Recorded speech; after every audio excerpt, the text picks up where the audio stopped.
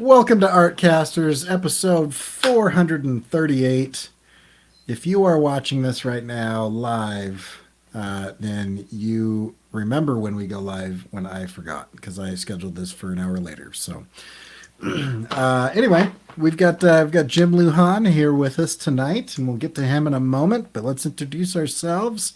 You can see my stuff. I am Corey Kerr at CoreyKerr.com, and I recently updated a bunch of blogs to show a lot of the like process stuff.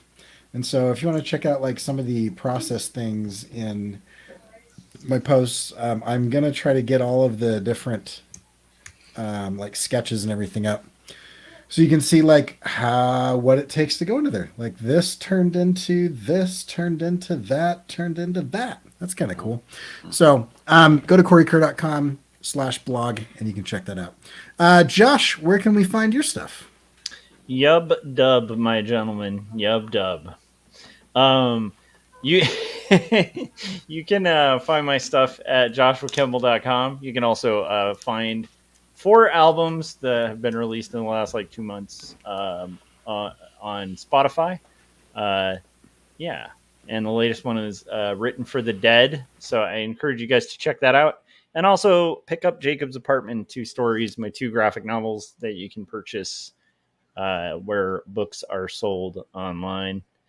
And then occasionally frequenting these Artcaster realms on the internet. Yep. And Scott, where can we find your stuff? You can find my videos at on my YouTube channel at circworks.com. Circworks on YouTube. And my comic book, Young and the Dead, a kids versus zombie adventure story.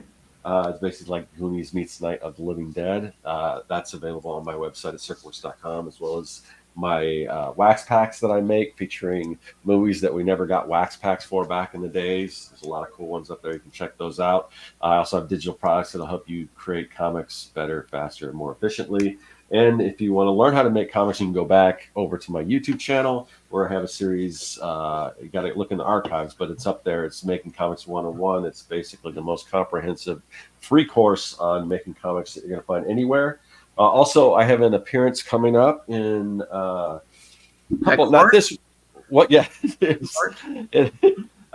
this weekend, but the following weekend, Saturday. If you are an Azurasian or you happen to be in Arizona, you can come out and see me at Surprise Comics. Make the trek out to Surprise, and I'll be signing comics and doing sketches and things like that.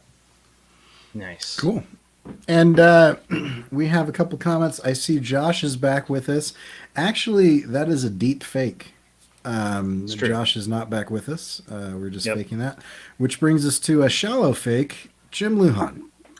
Thank you. And by the way, I'll be testifying for Scott in court. By the way, that's not Scott. This is TV Diamond. Yeah, which I'm sure we'll kind of get to what that means for anyone who's not familiar. But welcome, David Diamond. For those that don't know, I'm an animator and your new best friend. It's and what else? I play the guitar a little bit. A friend to all.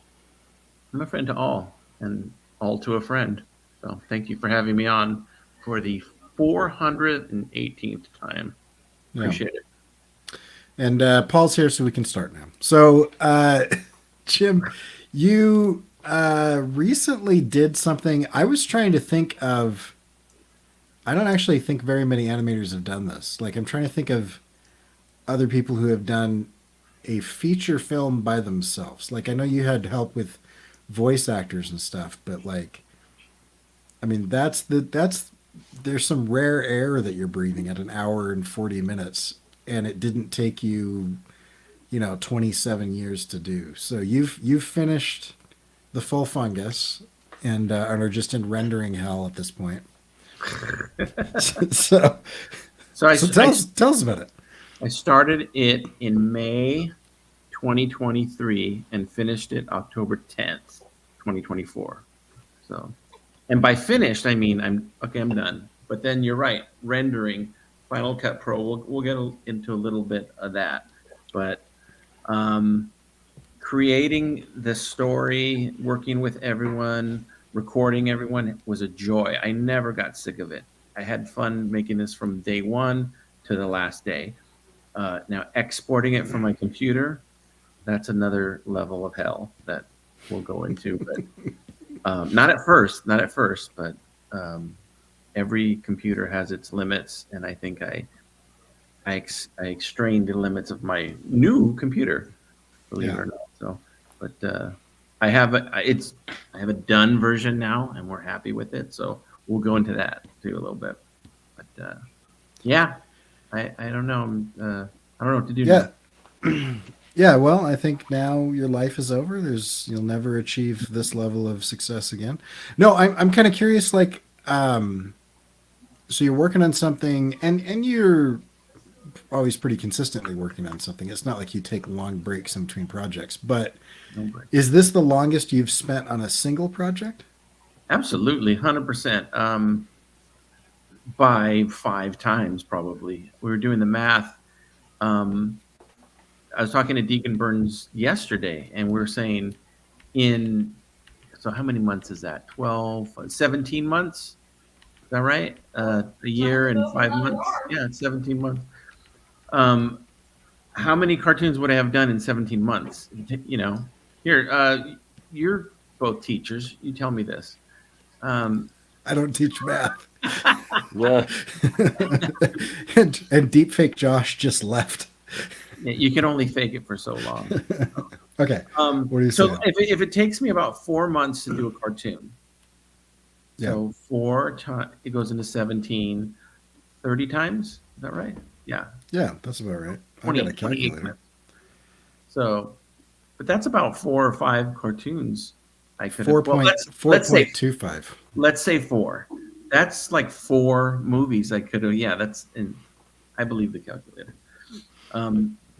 That's 4 movies. This one movie is 4 movies worth. And with those 4 movies, I have time in between, and they're different, plots and such. It's not all one plot.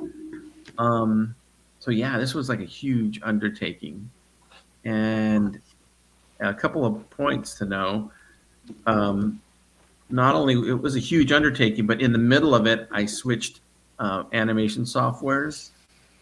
So right, that was during this. It was like right about a third of the way through this. I switched to Adobe Animate from Flash 1996, which was fun, which actually turned out really, really good. I'm glad I did that. And then also a few months later, switched to Final Cut Pro from iMovie. I had all these years been using iMovie, and I switched to Final Cut Pro. So that's always a good piece of advice, is when you're flying a plane, learn the new plane software, like that's just installed while you're in the air. That's always a good thing. And but luckily the crash landing was okay. It worked out. A little side note. Every time you did that, you would call me and you'd say, "Hey, I'm thinking of switching up software. What do you think?" And then I would say, "I think you should learn how to use After Effects." And you're like, "Yeah, I will use Animate CC. That's a great idea." "Hey, I'm thinking of switching software. What do you think?" "I think you should use Adobe Premiere." "Yeah, I will do Final Cut Pro. Thanks for the advice." I'm starting to get the vibes like my teenage girl gets with her mom when she's like, "Which one of these do you like?" And she just does it to piss her off. So the moral of the story is nobody listens to Corey Kerr. The moral is, if you want to be successful, do the opposite of what Corey Kerr suggests. Since the late 90s, I've had a on and off again love affair with After Effects. The reason I didn't choose After Effects, in all honesty, is because Adobe Animate was way closer to the learning curve of where I was coming from. Way closer. And even that, I don't use all the functions of it by choice. I didn't use the mapping or the 3D render. It's just because that's kind of, to me, if you're going to do animation my style, limited animation, concentrate on other things besides tricks, there's small things like blurs and stuff like that. That's cool. But Like I didn't. I mean, how weird if I tried to start doing like 3D buildings and moving, and it'd be kind of like it's like, oh yeah, this one scene has 3D and the rest is like super flat. Yeah. That's Jim I hate. always said using After Effects is like turning tricks. You just It's exactly. yeah. And I've always hated when cartoons do that. Like, there's several cartoons where they're like for the first 3 or 4 seasons, they've got their style, the writing's good, the art might get a little bit more interesting or something, but then all of a sudden they're like really weird and out of place vehicle chase scene in 3, and you're like, what the crap, man? Yeah. yeah. So I actually did. I said, and I stick to this. I said I think After Effects is the better program, but you should do Animate because Animate is Flash. Like everybody is like, oh, Flash is dead. Like Adobe bought Macromedia and then just pretended like they killed Flash when they reskinned it to Animate. It's the same thing. It's just Yeah. And I got the It's lowest. pretty much the reverse Flash. The lowest, the lowest cost point I could possibly get, except for I'm not a student or a teacher, but which means I think I got the basic cost point everybody else gets. That's how it works. Yeah. So you're on a subscription for that then? Mm-hmm. Yeah. That's cool. Yeah. At one point I had to switch computers. Like I was on a 2012 like Mac Mini, those little like, the size of like a Discman. And I was in the middle of Put Your Heart Into It. And I've got to switch computers. And instead of doing that, I like installed like a solid state drive, and it like limped along just a little bit longer so that I could finish that bit. Switching in the middle is crazy. Like it's super, like you would have had to, I mean, all of your files and everything, I don't know. And then learning new software is pretty nuts. Like 2 new pieces of software. Yeah. And also it really goes back to what am I going to, you know what? It's like, and Josh will understand this. It's like getting an electric guitar and you want to do a certain style of music that's real simple. And then between that and having 80 guitar pedals. Yeah. It's fun to have 80 guitar pedals, but really you just focus on, loud, not loud. I think there's a thing to that with art in general where, like having too little limitations can be really restrictive. It's like, one of my favorite illustrators is this guy, Bob Stack, and he uses like Photoshop 2. I think it's just called Photoshop 2. It's like the second version of Photoshop that was ever made for like New Yorker covers and stuff. But they look like digital and complex and crazy. And it's like he's just using like a dissolve brush on like the old school Photoshop and just the shape tools. And he makes these amazing illustrations. And it's like a bunch of people would be like, oh, you're like this great digital artist. What's the thing you're using? And it's like, when he revealed that he was using that, it's like everybody kind of lost their minds. But it makes sense because it's like you have like 4, like sometimes when you have 4 options, you're in. Anyhow, I agree with you, Jim. Sometimes when you have less options, you can be more. One of my favorite artists, Christopher Runciman, who's actually in the Full Fungus, plays a bowling announcer. He and he's watching right now. He draws on he makes his own paper from his own trees that he grows from seedlings, and he draws in his own blood. That's what I get. So, but it comes out. I think the limitation of using your own blood, right? You have a limited resource, right? And so you really don't want to get too many revisions because it could kill you, right? It makes his screen printing even more valuable because it's like he can only get 2 or 3 of those out before he just passes out.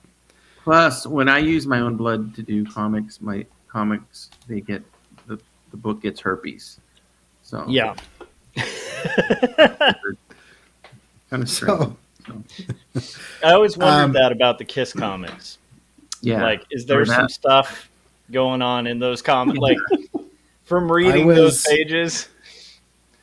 I was at North American Music Merchants in a former career, and we just launched this line of bass guitars, and we picked up a sponsor who I can't remember if I'm allowed to say or not. Anyway, it's a very well known bassist. Like my uncle and my dad were very excited.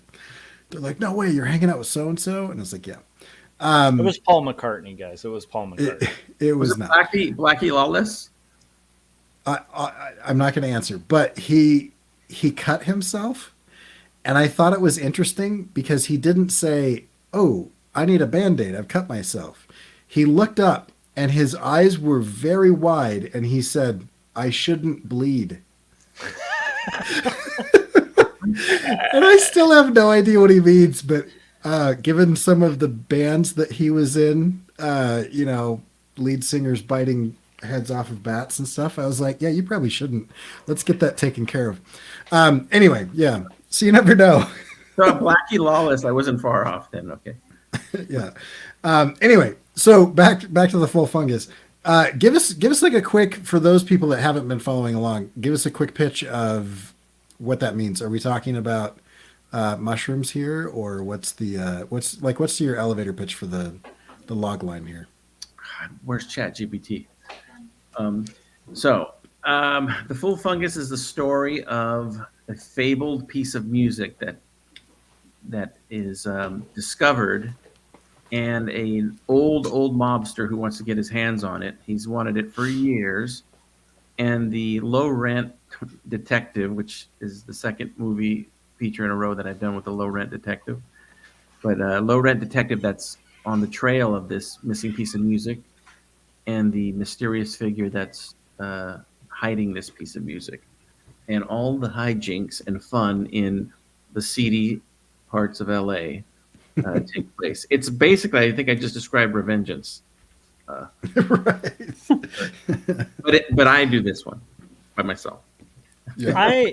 I was I feel like the scope of this is way more complicated and ambitious, and kind of following a lot more threads than anything I've seen you do before. Yes. And you've done complicated things, but it's like this one is wild, man. This it's is ambitious. It's nuts. There are like 4 or 5 stories in this that could have been like their own, featured story. For example, there's a character called named Mink Fungus, who's this old, jazz legend who passed away in the 70s, and he could have had his own movie. Like, there's so much backstory and things that I don't tell about him. Then there's the mobster and the mob family, and there's a whole story with them, and there's just a lot. There's a lot, but it's kind of neat. One thing I learned from Star Wars, I learned it from Pulp Fiction, from a lot of movies, is that it's kind of fun to join something in the middle where you don't explain how it got to be that way, and then the audience kind of makes up stories in their own minds, and then you come back a few years later and ruin those stories by explaining them with really lame stories. But I kind of hope you do that a little bit, is revisit some of these characters that that we got a little glimpse of. What's great about Full Fungus, I think, is you're watching it, and it just, unlike pretty much anything you've done before, you keep introducing more and more characters, and they all kind of have their moment to shine, and it all makes sense, and it doesn't seem, it just, I don't know, it just like all these different characters, because I know back to the name, my character Davy Diamond, he comes in like later in the film, but up until that point, because I didn't know when my character shows up. I'm like, okay, well, I think you're gonna bring him in here. No, it doesn't. But then they bring in all these other characters. Like, man, there's a lot of characters in this, and it's just like each one is just like, oh man, they're just so great. Each character is just they've got their own personalities, and the voice work is great, and I love it.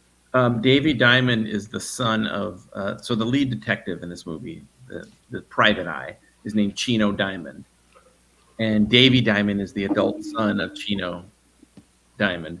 But Davy's kind of like a big, goofy, like a comic book guy, kind of into like sword and sorcery, collects swords and daggers, and he really loves this one dagger called the Dagger of Dethrall. So, but so he kind of there's a whole dynamic between him and Chino, which is Chino was more rough and tumble, probably played football, was a stunt man. So he's that guy coming from that world, and then his son grows up to be this kind of and he's a child of divorce, Davy. Kind of grows up to be this more introverted a little bit, guy that's into fantasy, and Chino can't really understand that. And if I want to get really, really pretentious and deep, which I do, obviously, this movie, The Full Fungus, is really about kind of father-son relationships in the strangest of ways. It kind of is, yeah. It's Yeah. I love sets the of through them, line really. of that. Yeah. There's a Chino and his son, and then there's Wilt and his father, Mink, and there's actually Koviak and his grandson. Yeah. Have a weird dynamic. But I could have made a 4.5-hour movie to really explore those relationships a little bit deeper, but that's where I'm going to let the audience kind of build that in their minds. And Scott, you had mentioned earlier about like a lot of the side characters and finding out about their worlds. I really want to do, and I'm actually working on it right now, kind of a companion book, like an art of and making of, but also a character, kind of weird character guide for somebody that's only on screen for 4 seconds, giving them a little paragraph or whatever. Yeah, I love it. So, because I don't know. It is, I'm biased, I know, but I feel like this movie is rewatchable. Yes. Oh yeah. Sometimes There's you watch so something much. like, I'm not going back. That's enough. But I think I watched it. I've already watched it twice, and I wanted to watch it again just because there's so many with all of Jim's stuff. But since this is longer, there's just much more. But there's so many little Easter eggs and things like that, or little funny names of the shops, or like even like in the scenes with Davy Diamond when you look at his apartment, all the little figures and things in there. It's just great. I love it. This is a part where one of you has to, like an infomercial, ask me, well, tell me more, Jim. Where can we see the full fungus? Jim, this full fungus sounds incredible. It sounds fungal even. How can somebody get their hands on the fungus? Hell if I know. No idea. No, it's not like I normally post stuff right away on YouTube, but to use the words of the wise founder of Animation Plus, the streaming channel, Evan Weiss, he said you can only premiere once. So I'm not going to premiere it. I'm not going to play this on YouTube for the world. However, you can see it if you are a patron of mine at patreon.com/Jim Lujan. So you can go there. All levels of patrons can watch the full fungus. And there's a big disclaimer I have on there saying the version you're watching is probably most likely a work in progress. Because I think the one that was posted is probably 2 versions old. I did minor changes. I have to tell you about when I sat down to watch the full movie for the first time with Leanne on a weekend. I had seen the whole movie many times, but I'd never sat down and watched it from beginning to end. And when I'm watching it, I'm looking at it going, dang it, I forgot to do this, or dang it, I forgot to the volume. Oh, the volume's off on this scene, or there were so many things. I thought I was done. There were so many things I was finding. That had become a process where I do a new version, fix that up, and then watch it again and going, oh, but I forgot to. For example, one of the small things. This is a typical thing. I had music by Jim Lujan, but then I was like, well, wait a minute. My cousin Mike played guitar on like 3 or 4 things, and Neeson sings a lot of the music. So I changed that to music by Jim Lujan with Mike Perez and Neeson. And I had forgot to put that card in. Even up till tonight, I had forgot to put that card in at the beginning and at the opening credits. It's at the end credits, but I forgot to put it. So I'm like, I'm always catching things like that. the volume issues for the most part I think are fixed. I normalized the whole project, which means when there's dips, it just evens everything out. So I think the volume's good. I redid some scenes. Thank you, Corey. Corey and his wife Malia watched it, and Corey gave me a really good like, hey, at this time, this you can't understand the speaking at this point. The dialogue was low. Yeah, at this point it fades out weird. From this scene to this scene, the movie sucks, which was like it was weird because it was like the beginning and the end. I didn't get those notes, but I'll figure it out. But you guys said some really nice things too. I was the biggest fear I had was not is the movie good, because I think it is. I've watched it and I'm a pretty good judge of myself, and I think there's a lot of it that works. The thing that was bugging me, even during the creation of the movie, was it's a big ask to ask somebody to sit down and watch an hour and 42 minutes. I expected this movie to be 72 minutes long, and it kept going and going, and it needed to be, to quote the wise Professor Paul Pate, it needed to be as long as it was. Yeah. I think people you showed it to, the only thing was finding the time to watch it. It wasn't not wanting to watch it or that it was a big ask, because I had just left for vacation and then I actually got, we were staying at a Airbnb, and hope you don't mind, but a couple of four people there that are like, oh, let's check it out. And everyone was into it. And it was late at night, so some of the people fell asleep, not because of the movie, but we had just got back from a wedding reception and everything. It was probably the movie, but it's okay. It's just so long. But yeah, but I, and we were planning on only watching part of it because it was getting so late. And then, Jen and I, we watched the whole thing, and most people made it almost all the way through. So it was just like, and Josh really wants to say you watched the full Fungus. Yes. Yeah, he wants to say that. It's true. That's awesome. I am so impressed by it in the sense that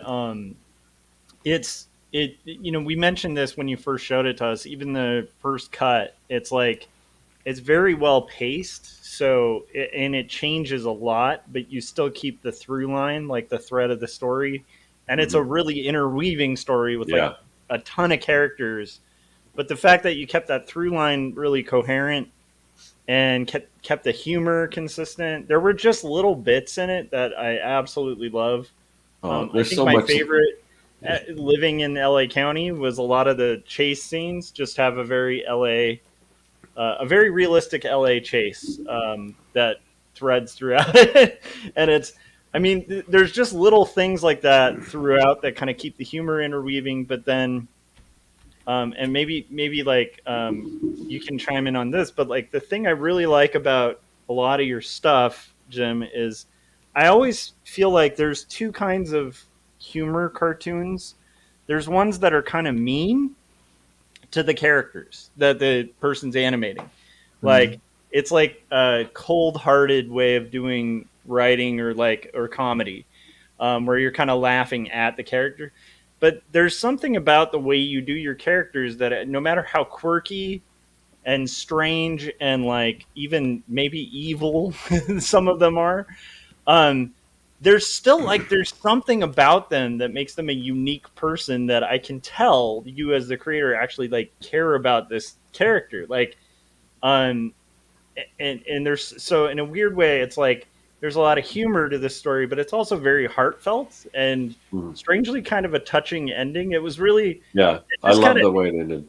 Yeah, it's just I appreciate that about it, that it's that kind of higher, in my opinion, it's that higher level humor where you actually care about the characters that you're writing about. You're not just kind of making bits that are funny, but there's depth to it too, which is really cool. So thank you, Josh. It was really important to me when I was creating this story that it's actually a story, not just a collection of bits back to back to back, random, because if this didn't have that through line, this movie would just go helter skelter, because there are so many. I mean, you're in a bowling alley 1 second, next second you're in a recording studio, and the next second you're, it's jumping all over the place.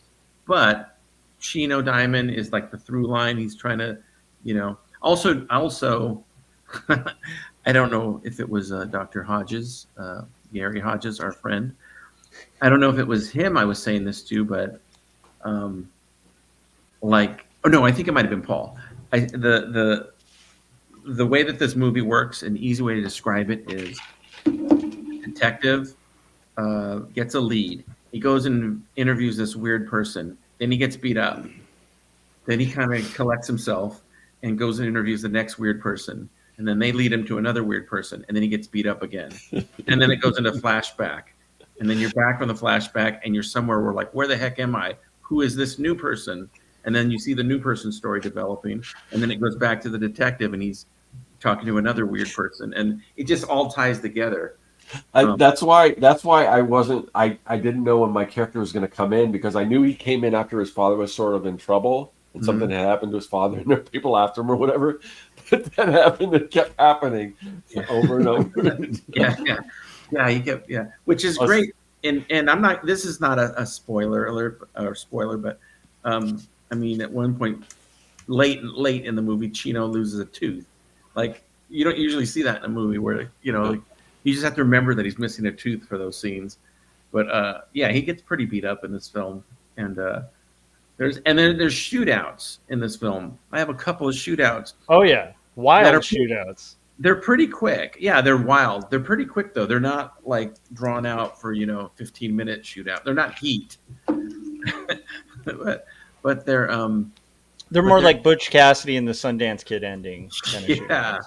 They're like like the real shootouts we all get into. Yeah. They're more realistic like that. But I like the real shootouts because it's like when you just have people with machine guns spraying into crowds of people and no one gets hit. In yours there was just the body count was ridiculous. I mean, I think you killed like several primary schools full of children at one point. So yes. Yeah. Oh, on and off screen. Right. Yeah. But I have to thank, Paul and Gary. I mean, well, for one, seriously, thank you everyone who's done any kind of a voice in this film, because everyone that watches it has told me, your voice actors are great. Like, they did a great job. And so thank you for that. I mean, you guys carried the film. But Paul and Gary especially were story consultants for me, meaning I would call Gary and tell him an idea, and then he would really think about it, and then I would do the idea and then show Paul, like blindly show him, like, what do you think of this? And then he'd go, oh, whatever. And then so Gary was like pre and Paul was post. And then the best part is I would totally ignore both of their advices and do something new, brand new, which, Corey, that's my MO anyway. So, I don't know why. I was going to add, and then I watched it after you didn't want to change anything and had rendered it 3 times. And I'm like, what about this thing? And you're like, I don't want to talk to you anymore. Just shut up. No, you gave me just straight truth. Like, this, like I really, really respected your opinion. I appreciate it.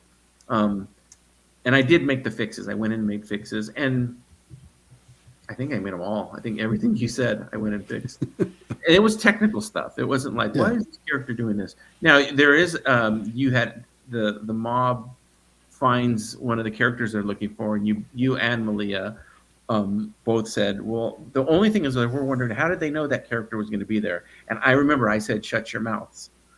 Go to bed. Go to bed right now. They intuited it. No, and I just said because they're smart, dumb guys. That's my excuse. But stuff like that. It's the technical stuff. I mean, think about it. Even when people say they do their own cartoons, it's usually they have a crew. A sound guy or this and that. It's like I had nothing. No, I mean if you technically, I if you didn't. think if you to list this, you wrote and performed all of the music. You wrote the entire movie. You did quite a few of the voices. You did all of the character design. You did all of the backgrounds. You rigged all of the characters. You did all of the lip sync, and you did all of the animation. And then you had a few of your friends come in and do some voices in addition to that, and somebody else help you with some guitar and things. That's absolutely insane. Yeah, I thought For- you were going to say, and still you maintain your girlish figure. Right. No, but if you really think about that, like, it's so much. Like, I remember, and this made me feel good. I remember I finished an animated short. I had a buddy of mine help, and like mine are like 6 minutes, 3 minutes. Yours is 140 minutes.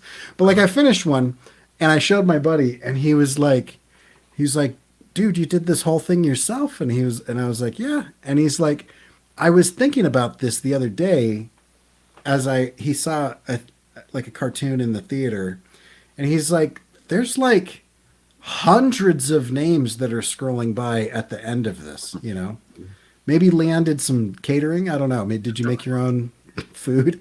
But like you did dozens of different roles like yourself.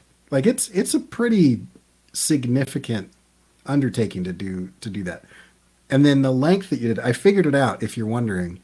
And this is crazy for anybody who doesn't understand what's going on. You finished on average 2 minutes of animation every 3.5 days. That's insane. So you did, is that right? Well, No, I no, don't know. sorry, 1 minute of animation every 3.5 days. So it's about two minutes a week is what you did. So you're the same guy that just said it was 142 minutes long. Is it 142? No, it's 100 and... Hour and 42, which is... Oh, it's an hour. Okay, never mind. Then ignore everything I just said. I have to Jim, recalculate. You are a fraud, Jim. And Hold on. you So know what is that? That's 102 You minutes. should just right? increase the time, though, Jim. Every time you talk about the full fungus, it should just grow like 10 minutes in length until people are just like, wait a minute. That's changing still... this? Okay, at an hour and 40 minutes, that's still a minute and a half. Yeah. A minute and a half of wild. animation a week. So a couple things. One is thank you, Scott Lost, because I did use the Lost, not the Lost method, the Slack method, The smoke monster? the smoke monster method, the sloth method. I use the Slack method, and for those of you who don't know what the Slack method is, what you're missing. Go look up on a previous episode or go Google Scott Lost Slack method. Basically, it's when you get to a part and you're starting to feel burnt out, you just move on to a new thing, the thing that's more fun, and you do that, and then you go back and I did that several times. Also, Josh, while you were working on not Death but Love, I told you, why don't you switch things up? Why don't you do 5 pages of pencils and then 5 pages of inks, just to, Yeah. And I did that with my own projects. So there were times where I was like, okay, I'm kind of feeling done animating, and I would just jump into music for like 3 weeks. And then there was times where I'm like, okay, I have enough music. I'm going to start doing the art. And then I would do a bunch of art, and then I would catch up and animate that art. There were very few times in the last year and 5 months where I was all caught up, like, it's a blank page now. There was always something in the works kind of, and I could jump back and forth, and that actually helped keep things fresh. Like I said, I never got sick of working on the film, even the non-fun animating parts, which, by the way, one of these days I'll have to show you a technical, I figured out a way to animate even faster than I was before. I figured this out a few films back. But it's all about lip sync. It's the quick version is I animate without without matching the audio. So I'll animate somebody just going, and then I'll cut it. I'll edit it to match what they're speaking.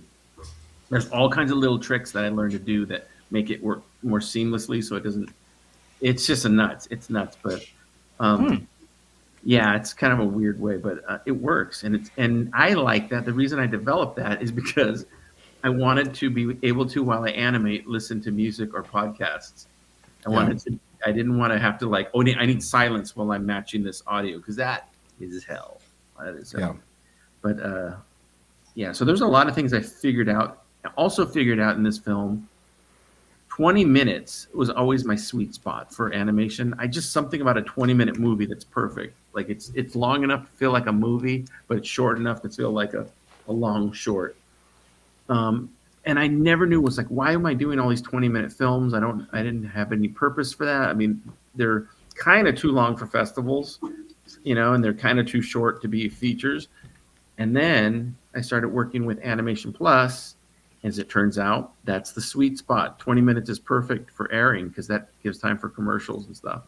So I plan to go back to doing 20-minute cartoons again. And doing this, it's like I set some kind of pull-up record.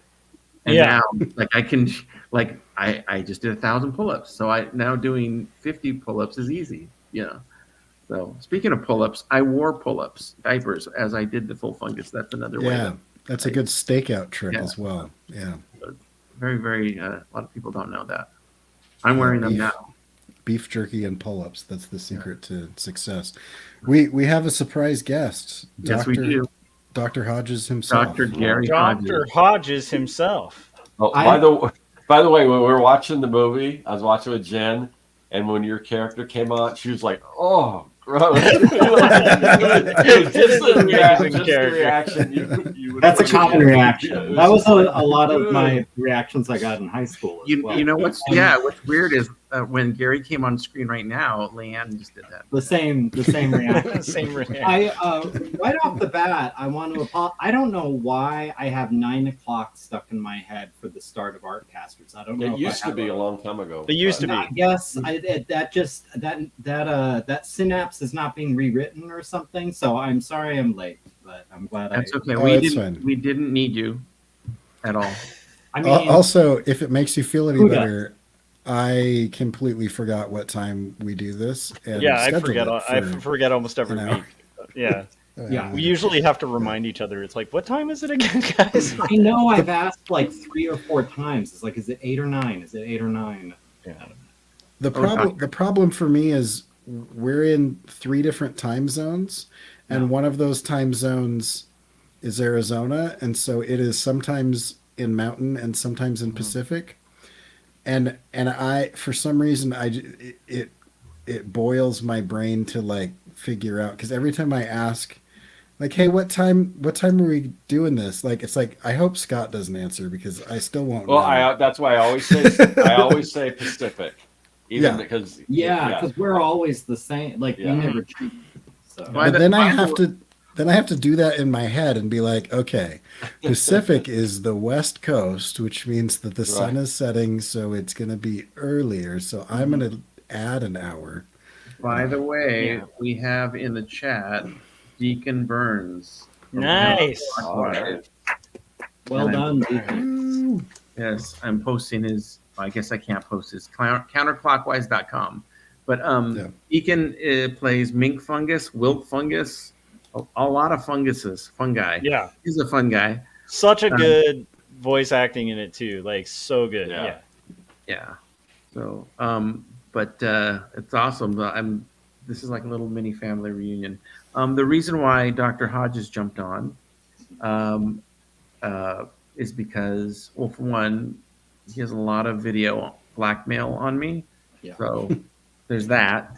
And so these tapes will never see the light of day as long as I bring them on. Mm-hmm. But 2 is just as recent as a couple days ago, we had the whole conversation about jumping the gun. And I specifically wanted to bring Gary on to talk about jumping the gun, not jumping the shark, Mike, right? But the gun. Sure. Because the minute I finished a version of Full Fungus, I posted it to Patreon because I had promised all my patrons, here's the Full Fungus, and I didn't even I didn't watch the whole thing, And It's that's done. the version that had a lot of like flubs or things in it. Yeah.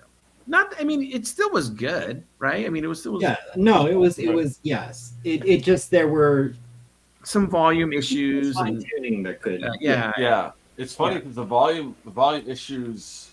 I noticed the first time, and he may have re-edited it, but I'm not sure because we watched it on a big TV, which coincidentally was a Samsung TV.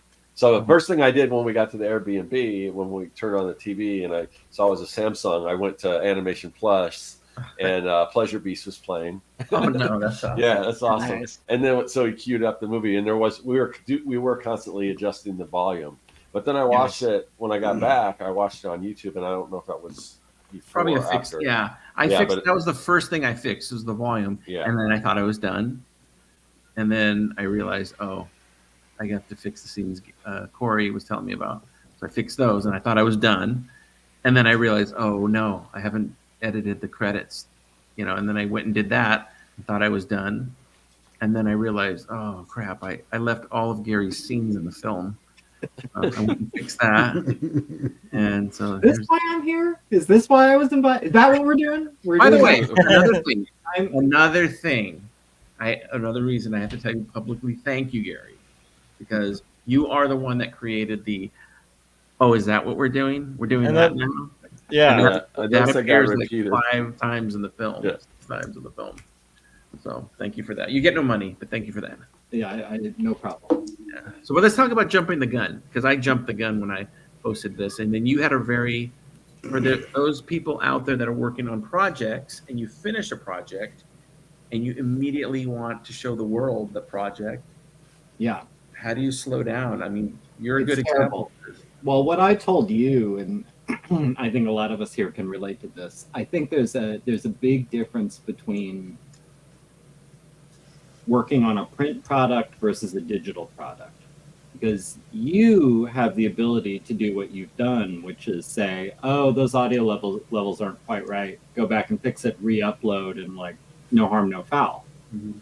But the easy example, everyone here knows I draw my own holiday card every year and send it out. Like once 100 150 cards go out, like if I decide an hour later, a day later, or whatever, like I don't know if that color's right. Like, oh well, Yeah. So I think print forces me to be more disciplined than I'm actually inclined, and that's why I related very hard to what you did, because that used to happen to me all the time when I was a freelance writer for an online column, where I would finish something and I'd be real excited about it. It's like, here we go, just go, just submit, and it would go out, and immediately I would see like 3 typos immediately, like just like clockwork, you know. And the same with D versus M. What's great about D versus M is I always insist on reviewing a physical proof before I approve the order. And that forces me to slow down. Like I have no choice. I submit the order and I have to wait for a week or two for this physical proof to show up.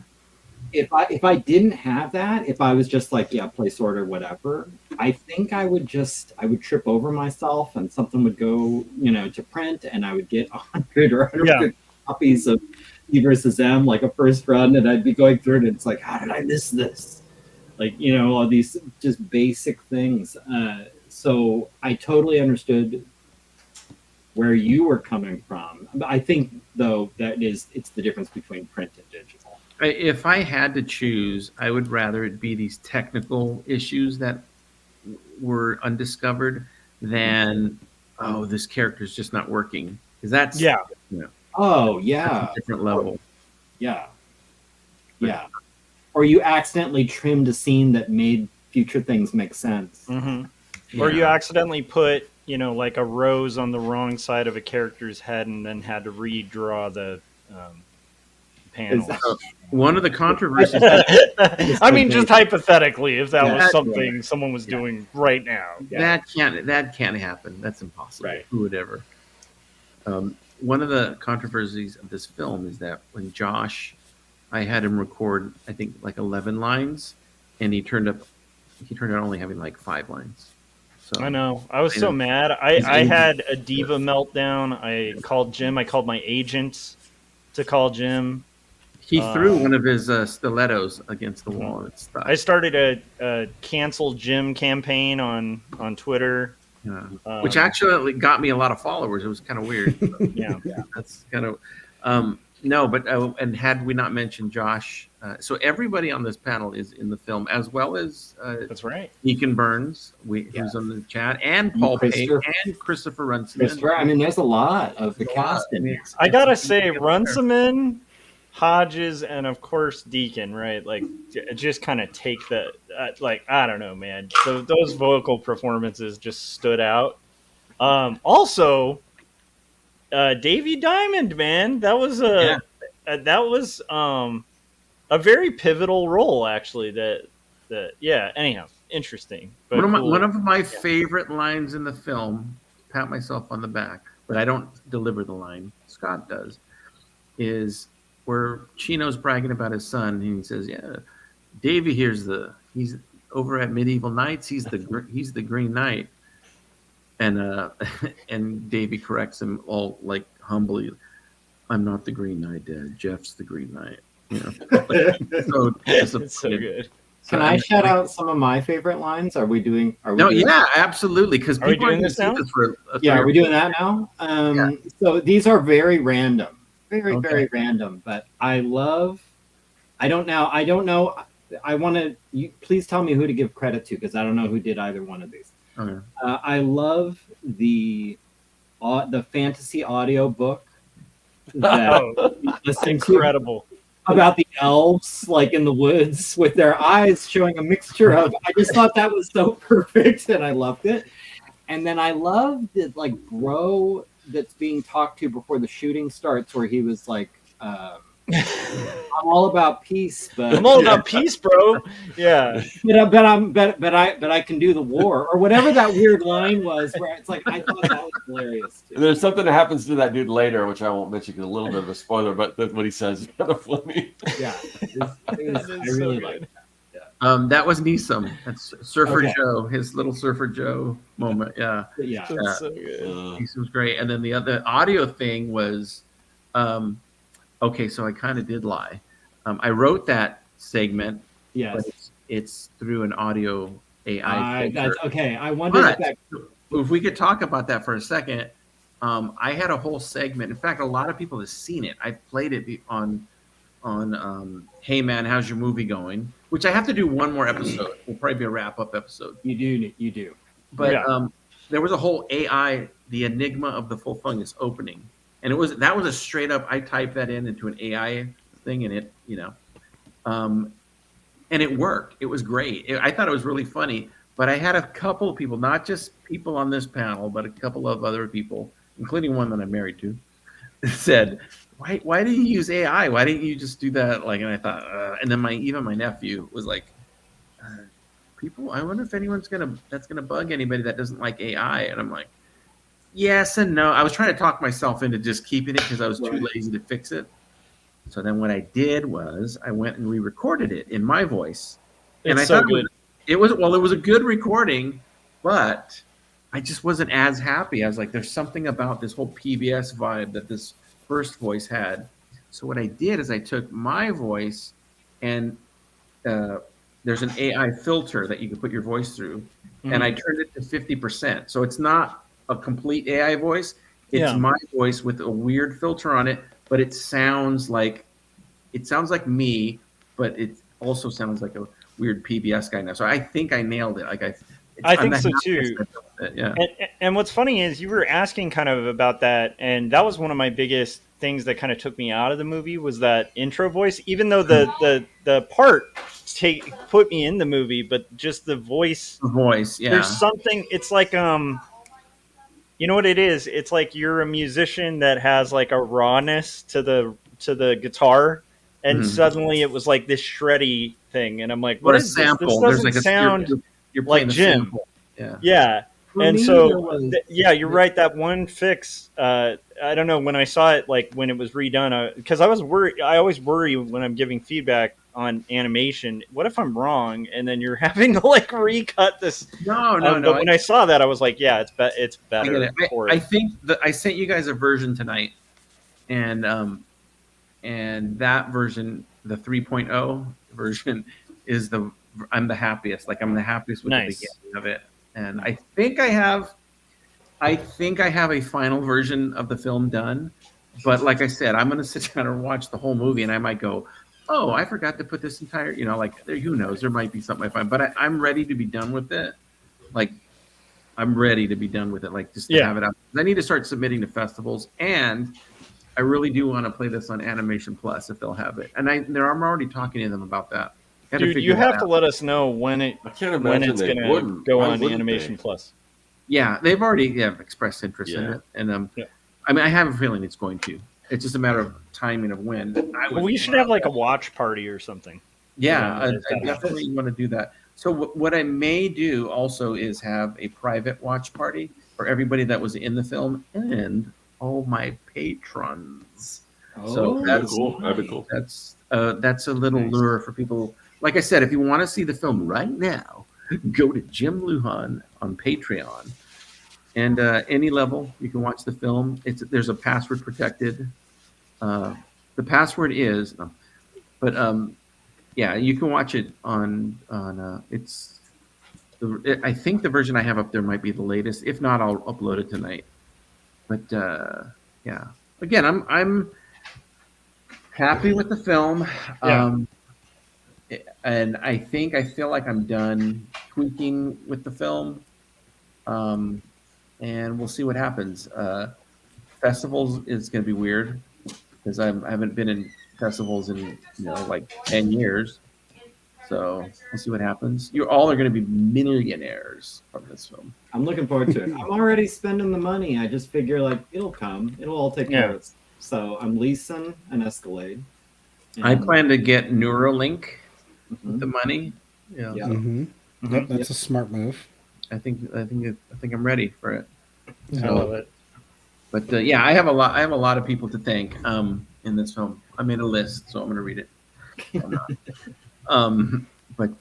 What's next for this film is going to be festivals and television, which sounds great. But we'll see how that happens.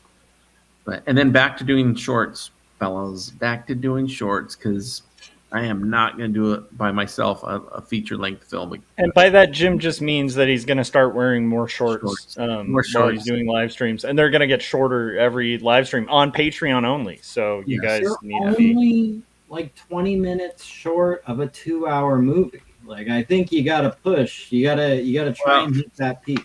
Here's the thing, though. This is like when people sell things for $9.99. Yeah. I can say, my movie's under 2 hours. There you Yep. go. That's a selling point. Mm-hmm. But have I? Dylan wants to know if I've written out an award acceptance speech. I will use Chat GPT on the podium. I will use it on my phone. That'd be funny. I've never seen anyone do that, but that'd be funny to see. Yeah, that would be the plan. Just ask it live. Yeah, write me a sincere yet. So, Jim, out of curiosity, was there a point, because seeing this all threaded together, it's just so many diverging plots and threads and stuff that are all kind of weaving together to make this like epic film, and none of it feels like waste, which is cool. Like, it doesn't feel like there's nothing in it where it's just waste. It's like it's all advancing the story. And still providing humor and stuff, but there's not like a lot of bits where it's just cutting to a bit and then it's like, oh, well, that's just a bit. It's all moving the story forward. Yeah. Was there a point where when you were editing, you were like feeling insane and you're like, I have no idea how these are all going to, because like it's stitched together so well. I was just thinking about the process of that stitching. Was there a point where you were just like, I don't know if this is going to work like at all? Like, I'm curious. Yes, and B, yes. So there was definitely things changed and Corey will just get the night sweats from this, from remembering working with me. But there was a point where halfway through, things changed. And it's kind of the benefit of not having a script, but it's also the curse of not having it. It's absolutely 50-50. Because had I had a script, you just stick to the script. But there's also moments where I'm like, what would be better right now? Because of what I had so far, what would be better and make it more watchable if this happened, And again, why we have the doctor here on screen is because this is where the Gary phone calls would come in. And Gary, you can spoiler, don't worry about giving spoilers away because I didn't use any of the stuff, but the early version of the story I was telling you was quite different. Pretty different. I remember, so when we did the, Josh, you were the only one who wasn't there, but when we all got together at Scott's place, when was that? Was that like last year, May of last year, something like that? Or I don't even know. That wasn't that That's when recently. Scott It was setting up longer his ago than studio, right? Yeah, Back when then? Corey came Yeah, down.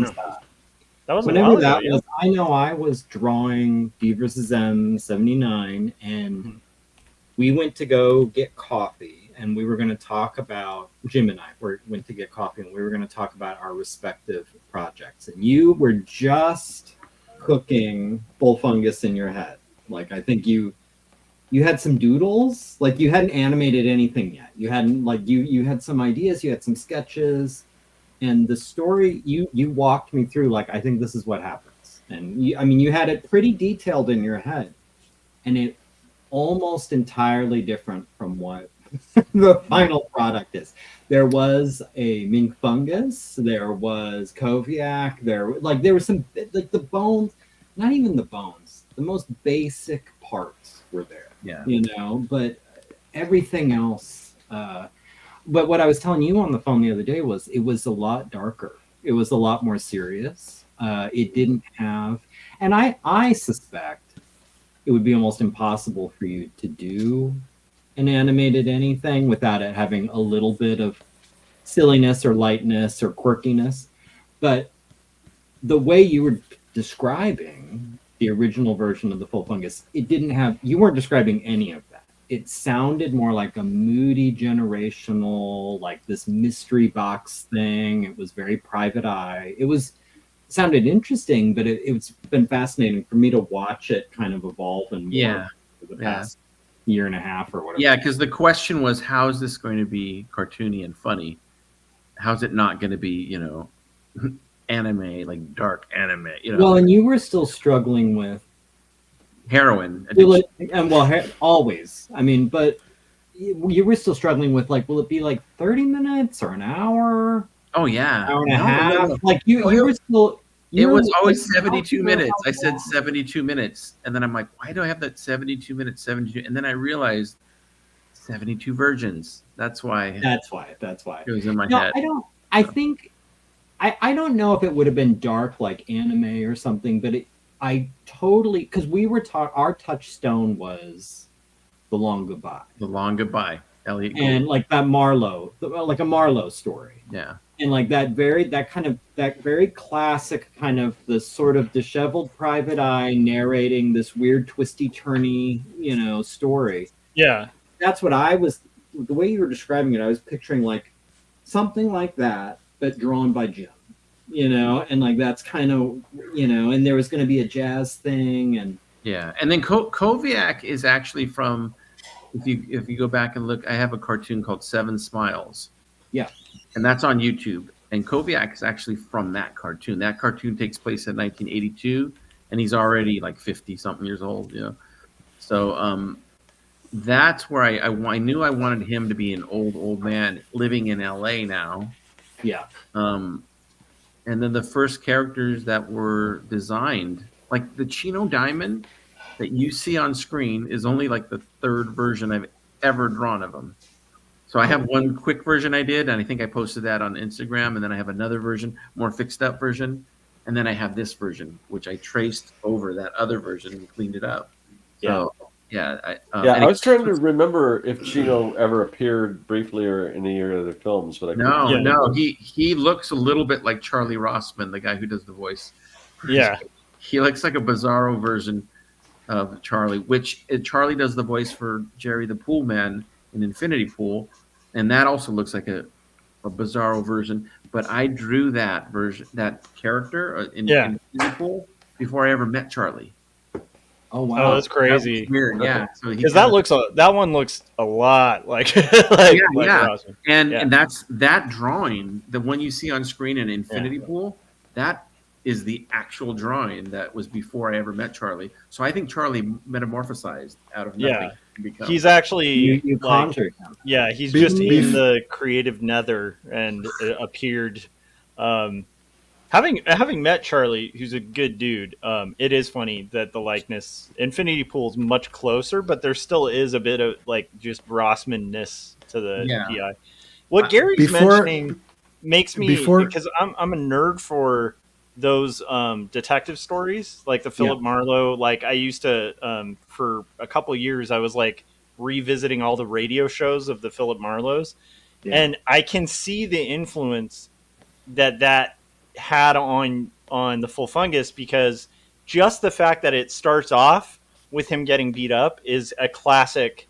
That's a classic Philip Marlowe right there. It's like every Philip Marlowe, like he goes on some tip, meets up with like, a librarian or whatever it is, and then gets roughed up by some thugs, and he's like wakes up the next day like, with the voiceover. And it's so I'm curious, was that kind of the seed of that part of it? Or I was inspired not as much by Philip Marlowe as I was by Philip Chandler.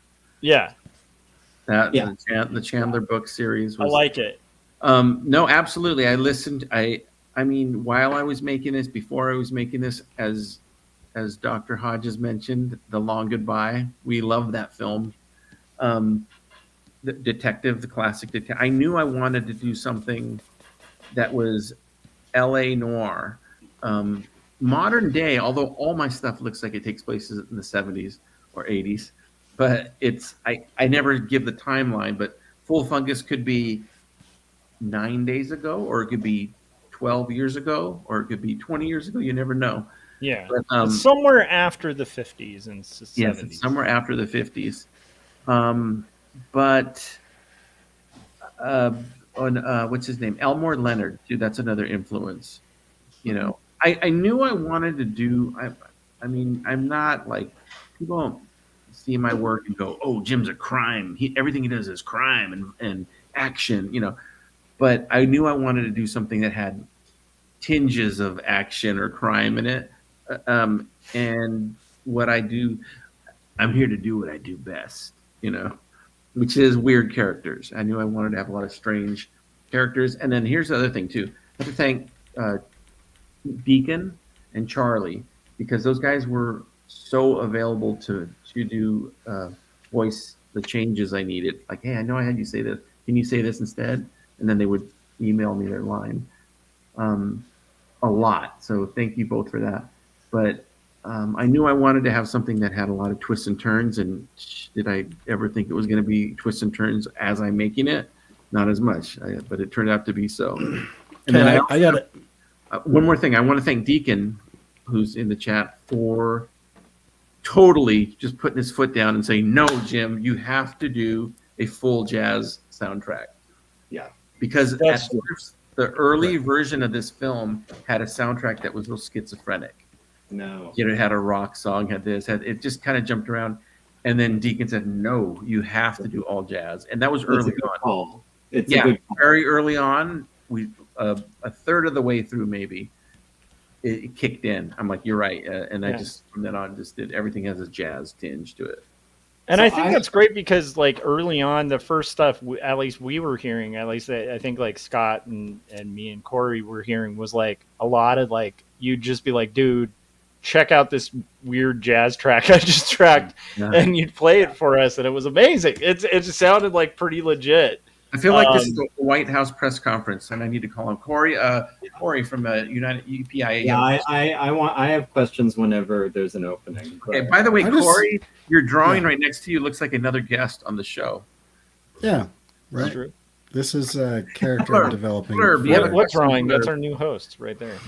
Yeah, his name is now. His placeholder name is Carl. I don't know if that Nice. matters or not, but anyway. No, I just wanted to tell a quick story that I don't know if I've told on the air, but so a long time ago, Jim said, "Hey, let's collaborate on this thing," and so we made a cartoon together. Let there be light. And the whole time it was a short, and so there was one joke. I mean, there's a lot of stuff kind of like sprinkled throughout, but like the whole thing was the setup for this one joke at the end, right? And you keep talking about, oh, it's surprising that I kind of changed this or whatever. I just want to tell everyone how the entire point of this entire cartoon got thrown out of the window because one day you were at the park and you met someone who had an interesting car and you literally were like, "Hey, can I put your car in this cartoon?" And she was like, "Sure, weirdo." And you completely rewrote the entire thing in the middle of this because you saw a shiny car. Like, you threw out everything that we had done for the latter half of this, and you're like, "Yeah, we're it's totally gonna change everything because I met this chick with this car." Now you make it sound so seedy. I'm just saying, I'm not shocked that what you told Gary somehow changed over the course of several months. So what Corey is really saying is girls ruin everything. Yep. That's the moral. No, you're right. It was you're a right. cool car. Can I like highlight that thing that Corey just mentioned though? That's like one of the advantages of the type of animation you're doing, Jim, because if you did that in a studio setting, right now we're talking like another year, 2 years, right? We got to get production teams together. We got to hire staff. We got to, when you're doing everything, it's like in a weird way, it also, I think, enables you to be able to like shift gears where you're like, oh no, I want to explore this character like further. And you don't have to worry about like getting approval from like 20,000 people to kind of make that shift. Yeah. But that's also like frightening because that could end up being a movie forever. So did Gary help with that too? With you not going in Foreverland of not the movie Foreverland, which you already did, but you know what I mean? Like, did Gary help you kind of stay on the rails with that as well? Because of my production method, people like Corey Kerr are collateral damage. And they just have to be sacrificed for the better of the good. Can we describe this car for a minute, just since yeah, Gary but asked? I want to know what this car is. It is a pure it's a pure Jim Lujan car because it is. If I recall correctly, and I could be totally wrong, but in my mind, I'm like, none of those things go together. It is a Lexus sedan raised on off-road tires for street racing. And then has painted like racer stripes on it. And it's like none of those things make any sense. No. If a Jim Lujan cartoon was a car, it would be this car. Yeah, it was like, why did you do that to any of those pieces? Go look up the film an Unchained Aggression. That's the name of the cartoon we did, and it's the car. It's Unchained Wayne's his Batmobile that he drives. So the real quick, just so that people don't think I'm a kidnapper or some sort of serial murderer. Leanne and I were both at the park in South Pasadena, and it was I don't know, it was just a day in the park, nice picnic day, and we saw this girl talking to a lady that was obviously interviewing her, and then the car was right there. I think she might have even been sitting by it or something, and I kept telling Leanne, "Oh my God, look at that car!" We were just like, it was hysterical. And Leanne suggested, "Oh, you should go ask her." I'm like, go up and tell them we love your vibe. Yeah, I'm like, "Hey, we're having a key party later," and I'm not going to tell her. So I think I sent Leanne, as a lot of good, stalkers do. Right. Traffickers. Yeah. Yeah, right. So I sent Leanne over there, and then she told her, and then she's like, yeah. And then we got her info, and I took photos of the car, stuff like that. And that's the car that's in. And then that car's been in magazines and stuff too. You know, and one day they'll find her. I think they'll find her remains. Okay. No, if you didn't know it was a real car, you'd be like, "Oh, this is too far fetched. This can only happen to Jim Lujan cartoon." Yeah, that's nuts. But yeah, that's an awesome car. Yeah, and that's why I sacrificed Corey's well-being. So I change, but I do that all the time. I change up stories all the time. But again, it's because of my work method. The way I work, I have the freedom to. It's usually by myself. The freedom to no, this is a better solution. Don't get stuck on like, no, this has to happen. Yeah. This has to happen. It's like, what's the best thing to happen? Just like with lines in the movie. Like that's why you'll notice maybe not all my cartoons, but most of my cartoons, especially the latter ones, I don't put dialogue written by Jim Lujan because people contribute stuff, you know. Like Gary contributed that great line, and that's a great line. And at the same time, I'm not going to sit there and go, yes, I wrote every single line. And I inspired Gary to say that line, even though I didn't write it. But I really take credit because, you know, it's whatever works, you know. Well, I think everyone probably has had the same experience. I think you're very easy to do lines for because sometimes it's very specific. Sometimes you'll say, like, this is, like, read this for me in this voice. But in my experience, usually you're like,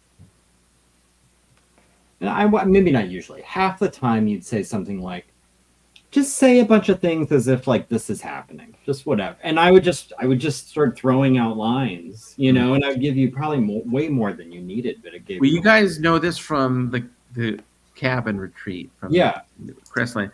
I liked when I work with whoever I'm working with. I like, much like a good stalker, I like to make my victims feel very comfortable and at ease. Like really, when I'm working with somebody, I don't want them to be all nervous and, you know, anxious and they feel tight. Where they, you know, I want them to be comfortable where they can laugh and just not worry about messing up and just have fun. You know, have a good time. I want it to be a good experience before I kill them.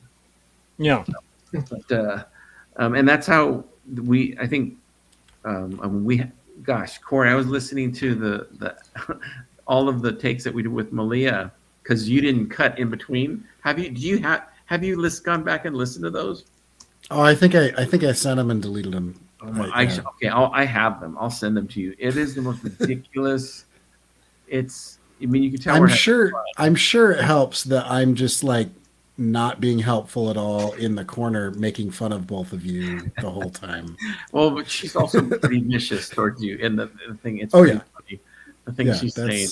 Yeah. And then she goes off on tangents and stuff. And it was really funny. It was really good. But yeah, she did some really incredible vocal performances too for this. Yeah. Sure. She played Brandy Fungus, by the way. That's very good. Watching it, she was like, I should have done voices.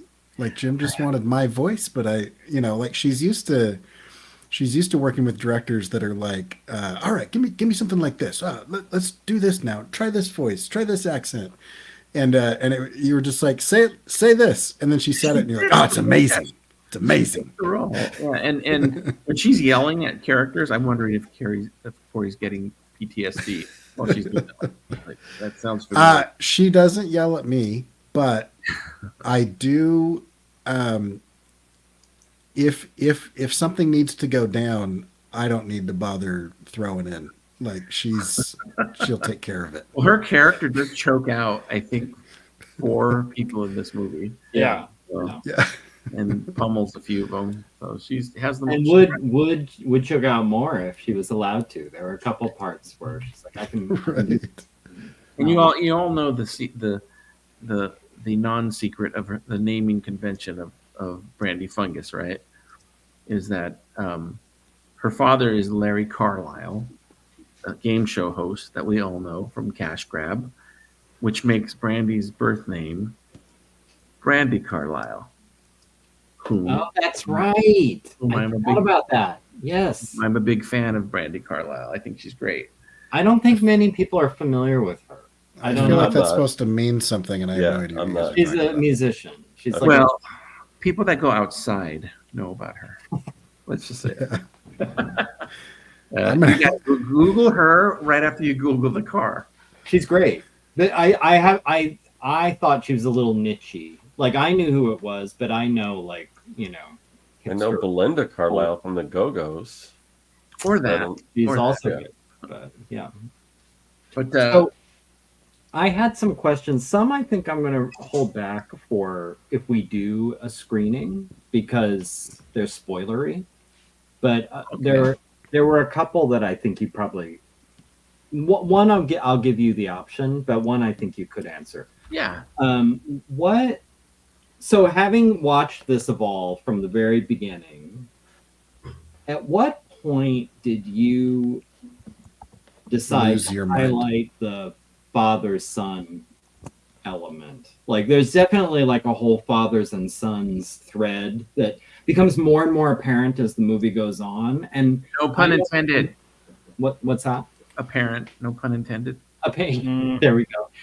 You didn't describe that early on, and I don't think you talked about it in a lot of our early conversations about it. And I was wondering, was it always there and you just weren't bringing it up, or did as you were working on it, did it become more like From the get-go, Mink and Wilt had this estranged relationship. right? So basically, Mink's not in his life at all. Wilt's life, he grew up without a father, basically. So there was always that dynamic. And then Right. immediately I knew Chino had a son that was going to be in the movie. I mean, from the beginning. Now, how it played out, I didn't know how it was going to formulate, but I knew it was there. And I knew early on, and maybe I didn't attack this as strongly as looking back, maybe that I should have, or it's just what it is. But I knew this was going to be a father and sons. That was going to be the kind of the theme of this a little bit. But the father and son dynamic between them was from the beginning. But it was something I knew that was going to just happen during the movie. Mm-hmm. So many other angles that, like, there was a whole angle of Wilt hero worshiping the gopher snake. Right. So that Which was to gonna me be is it's Will Surrogate. looking for a father. Exactly. surrogate Right. father And thing, yeah. you have Koviak's son too. Yeah, so his grandson is there like, is like yeah. more and more grandson, yeah, but there's more and more as the movie's going on. It's like this is such like a father son, like men looking for father figures kind of thing. Mhm. And so yeah, that was from the beginning. It was Okay. realized from the beginning, but yeah. The other one I had was, and this again, maybe you'd want to say it for a screening.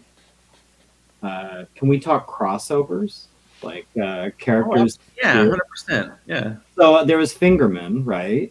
yeah. Yeah, there's a Bill Fingerman and Yeah. a Danny Ben Fingerman. Fingerman. Ben, sorry. And then Koviak. Are there others that I'm not was not thinking about? Or There is.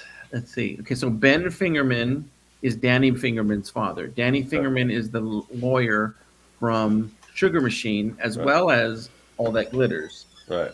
But Ben Fingerman's his father, and he's the lawyer of Larry Carlisle, the game show host. Then there's Koviak again, who was, and Lou. The character Lou is actually also, this is like super deep Lujan dive. So the character Lou, who's Koviak's henchman from the 50s, or his right-hand man, and the 70s and stuff, he appears in The Legend of Bobby Churro, the 20-minute version. There's a scene where Bobby Churro, who's this boxer, is out at the LAX restaurant. Do you guys remember ever seen an LAX restaurant that had like arches? I know Josh knows it. It was like, and it rotated. Oh yeah. Yeah. So they're Yeah. at that restaurant, and Lou is there. The character Lou is there, and he's trying to negotiate a deal between this boxer to take a dive, so Lou mentions Koviak in that, and then also Koviak's mentioned in San Giorno Must Die. He's also mentioned in that. So yeah, there's a lot of little crossovers like that. I'm trying to think if there's any other actual characters that are in Full Fungus that are directly in other films of mine. That maybe not. There's some mentions. There's some things in it, I think, that are like slightly crossed over. I have to think about that. I forget, man. I need one of those big boards with the Yeah. strings. Yeah, you do. You do. Yeah. Well, I I've long thought that should be a part of. You've talked about doing a book, and I've long thought there should be a Lunaverse, Luhanaverse, however you would say it, that has all the characters with all the transitive axiom chart of like how they all connect. You Or got like an to- encyclopedia. Yeah. You got to Yeah. post what Chris Runciman just said because he had the golden answer. Oh yeah. That's huge. Yeah, in the Old gold film. beer, yeah. Yeah, so old gold beer. So yeah, that's in a lot of my films. That's a good one, Chris. Yeah. So that's also not quite an Easter egg, more like an Easter basket. It's all I love the guy in the recording studios. Yeah. There's a guy. Was that for Old Gold or was No, that that's for Power Burst. Power Burst? Right. Yeah. Power yeah. drink. Yeah. Sure. So here's a little trivia about that's Ben Davis. My friend Ben did that. He recorded that over 10 years ago because we were going to use it in another cartoon that I never did. And I've sent him that MP3 file. I've sent him like every 2 or 3 years. I'll send him and go, remember you did this? And I said, I have to use this in a movie. And when a Full Fungus started coming along, and then I had that character Ennis Gruber, who's a music producer, and I know I had to show Ennis in studio, and I could have had him having a band play or do something, producing. I just thought I need to use this clip right here. This is Perfect. Yeah, it worked out. So, and every time I hear that thing, Ben's take is just him by himself singing that over and over and over. And I'm you can't hear me on the mic, but I'm laughing hysterically as he's doing it. And it was just such a fun recording thing that we did. Yeah, he's great. Ben Davis is really good. He's been in so much. I would love. I don't know the format of your book, but I would love. I mean, I like the little kind of cross things, but if you just did characters and did them like the old Marvel Universe DC, kind of like that. Known aliases, known relatives, all the little information. If you did them as wax packs cards, Yeah, you know what? There you go, crossover. All right, somebody out there, let's go into business. I would love to put together a set of cards. I don't know. I mean, I just don't know. Like maybe with the Animation Plus thing, and when this thing, I hope it goes big and it creates a demand for that. I mean, I personally would love it. I don't know. Is there such a thing as a print on demand thing like that would print up for wax packs? No, we're not wax packs, but baseball type cards or cards. Yeah, it's weird. Yes, there's a bunch of them. Yeah, it is. But usually they only print one. Like, because it's like, oh, I want to have my kid on a trading card or something. Yeah. And I kind of sourced because I was thinking, oh, it'd be so much easier if I could just have somebody else make these. Yeah. And there may be something out there, but usually it's just it's like one, well, as opposed to.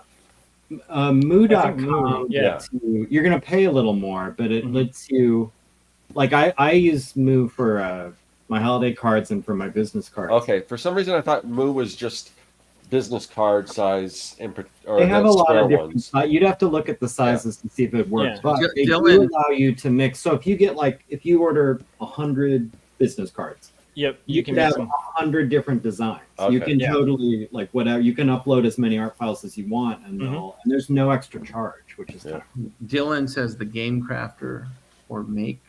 Okay. Playing cards. Interesting. But I would purchase a Jim Lujan character card pack like the old Marvel X-Men cards or something. Yeah, the book that I'm putting together right now is a collection of, it's like I'd say half of it is characters and half of it's just stills from the movie and with little explanations next to it. That's awesome too. But love it. Yeah, I'm putting that together now. You guys are gonna just roll your eyes, but I'm using Google Docs to put it together. What? I use Google Docs. To lay the book out? Yeah. Oh. Yeah. Jim, you pay a subscription Do you have Adobe? to professional software. No, I don't. I only have Oh, animate. you just get the one app. I don't even have Photoshop, you guys. Okay. I don't have Photoshop anymore. Okay. I have it on an old computer, but so yeah, that's where I'm at. I That's where don't I'm even know how to react to that. I don't even know what to say to horror and shock and disbelief. I mean, it's all those things. I'm I will say my oldest daughter about 6 years ago used to do that when she was 5, 6, 7 years old. So I you're should in be good company. I should be able to handle it. Yeah. So, well, the That's- idea is I want to put it on Amazon for sale. I'm not going to print copies of it. So I That want to doesn't, put it. that doesn't change the I'll- fact that I you're want to print my own copy. I'm going to download it, print my own copy, and make a nice hardcover. designing it in Google Docs. Yeah, love I it. mean, unless you have another free, if anybody has a free suggestion, but I'm not gonna. I don't know. I guess how much is? I mean, I guess I could use Photoshop. I have it on my old computer, but I'm doing Photoshop. I think you're probably better off with Google Docs. Photoshop would be, I think, a pain. Yeah, Photoshop. Yeah, you don't want to design something like that. You'd want InDesign or maybe InDesign, Illustrator, but like I don't know. Honestly, if Google Docs is working for you, I don't care. I'm not a software. Yeah, I didn't know If you it can do works, it. works. If you can do it in Google Docs, I guess, yeah. But I didn't, or they might even have, I mean, Google might even have something Yeah. that works. If not, I have you wouldn't- tried like MS Paint for the layout? Or Can I Shout out to, recommend? What about Mario Paint with the mouse? yeah, Mario Paint movie. Dude, Mario Paint was legit. Can I recommend that before you get too many pages into that, you try to submit it to Amazon to see if they'll accept it? Oh, sure, but they would. If you can export it as a PDF. Exactly, yeah. That was the plan. So shout out to Paul Pate because it was his suggestion, and actually it's working. And Nice. for what I need it to, all I need is text and an image. Be able I'm to not drop doing image. I'm not doing anything super fancy with it. So Right. it's as long as I get a PDF going with it. But I'll definitely, ears are open, but I want to keep it super simple, and I don't, Yeah, I don't. know how to use the other stuff. I am a big fan of whatever works. Like whatever works, use it. So. Jerry only likes French software because he's snobby. That's true. Gary was even annoyed at my book because he called me and was just like, "Why isn't this on French paper?" And I'm like, "Gary, that's not even French." And he's like, "I don't care." Yeah. I was disappointed. Yes, a wee bit. We We A wee bit is Scottish. I nearly when I saw it, I nearly choked on my baguette. I didn't. No ball. Adjust Well, his beret. Mhm. Yeah. Yeah. any now that we're devolving into weird French jokes, any final? We're over an hour and a half. I'd love to hang out forever. But any final things you want to talk about, Jim? Anything? Just that jumping the gun is something that you should be careful of because I jumped several guns. I might be jumping the gun as we speak when I watch this new version I've done. But I want to thank everyone who's followed this project, everyone who's been in this project. Mainly want to thank my wife, Leanne, for not divorcing me during this project because I spent so much time, free time, working on this, but gladly, because it was actually very therapeutic. It felt really good to work on this project. So I jumped into it a lot. But again, you got to have a balance, and it was a lot of fun. On a scale of 1 to 10, it was like a 9 to work on this book. On this movie. It was really fun. I had a good time. All the pain I've had with this book has been technical stuff. That's it. But if I had a team, it would if there were 30 people working on this, I wouldn't be going through this. I'd probably be racking my head over story more like, what is the character really trying to say? So I didn't have to do that. So big thanks to everybody. And thank you guys, the Artcasters and the Artcasters community for all your support too. I really do appreciate it. Dude, Jim, you finished a marathon, man. And even if you're like doing little tweaks to it, whatever you have left at this point is just it's such an accomplishment that you got it done, man. Because it was, I mean, when you were talking about this from the get go, all of us were saying this is wildly ambitious, and you did it. You did it. You made it. So weirdly enough, jumping the gun. Here's the thing: it's better to jump the gun than to not jump at all. So good job. You know what I mean? Good job getting it done. Holy crap! It is. We say this after all of your cartoons, but it does. You do just continue to like get more and more ambitious. If you guys haven't checked out Jim Lujan's stuff, I'm sure most of you guys have, but if you haven't, this would be the best intro to Jim Lujan you could have. Well, yeah, you'd have to join the Patreon, but you should. Yeah, or check out all his other stuff and then just wet your whistle for it when you do. Yeah, I'll be posting some clips too soon. Yeah. Lots of clips because people won't be able to really watch this too much. Yeah. So I'll be posting a lot of clips over the next few months, and if you don't like the film, you can go choke on your baguette. Mm-hmm. That's true. Awesome. So the best thing I think you could do right now is go check out Jim's Patreon, and for the low price of $100 a month, then you can see this film. And $1 a month, you can. What is the minimum amount? I'm not kidding. I think it's like $1. I have it. Wow, that's because here's the thing not. Here's the thing with Patreon is the people that support you on Patreon will support you no matter what. Like they're not there. At least my supporters have always been there. They're not there to like, well, where's my free stuff? Where's my free stuff? Right. But watch, there are people at home right now going, no, we are, Jim. What are you doing? Yeah.